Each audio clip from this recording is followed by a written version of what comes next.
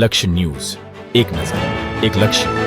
રાહ તાલુકામાં હવે સ્થાનિક સ્વરાજ્યની ચૂંટણીને લઈને રાજકીય માહોલ હવે પૂરજોશમાં ગરમાયો છે.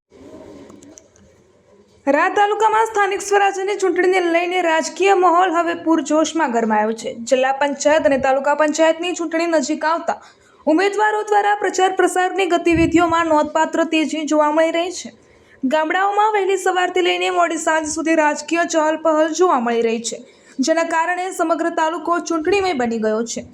ઉમેદવારો પોતાના સમર્થકો અને કાર્યકર્તાઓ સાથે ગામે ગામ ફરી રહ્યા છે અને સ્થાનિક કક્ષાએ નાના મોટા સમૂહોમાં મિટિંગોનું આયોજન કરી રહ્યા છે.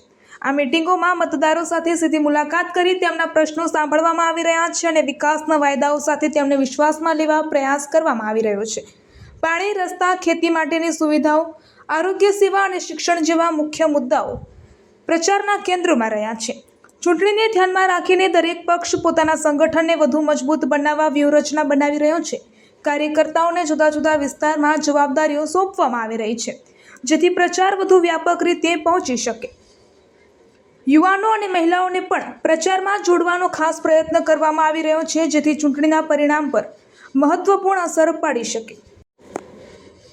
કેટલાક વિસ્તારોમાં દરવાજે દરવાજે જઈને મતદારોને સમજાવવાનું અભિયાન પણ શરૂ થયું છે, જ્યારે કેટલાક ઉમેદવારો સોશિયલ મીડિયા મારફતે પણ પોતાનો પ્રચાર તેજ કરી રહ્યા છે. આ તમામ પ્રવૃત્તિઓ વચ્ચે મતદારોમાં પણ ચૂંટણી પ્રત્યે જાગૃતિ અને રસ વધતો જોવા મળી રહ્યો છે. જેમ જેમ મતદાનની તારીખ નજીક આવી રહી છે, તેમ તેમ રાહ તાલુકામાં રાજકીય તાપમાન વધી રહ્યું છે. આગામી દિવસોમાં પ્રચાર વધુ આક્રમક બનશે અને વિવિધ પક્ષો વચ્ચે ટક્કર વધુ રસપ્રદ બનવાની સંભાવના થઈ રહી છે. ચૂંટણીનું પરિણામ શું આવશે તે તો હવે આવનારો સમય જ બતાવશે, પરંતુ હાલ માટે સમગ્ર રાહ તાલુકો ચૂંટણીના રંગમાં રંગાઈ ગયો છે. રિપોર્ટર રમેશભાઈ ચૌધરી, રાહ.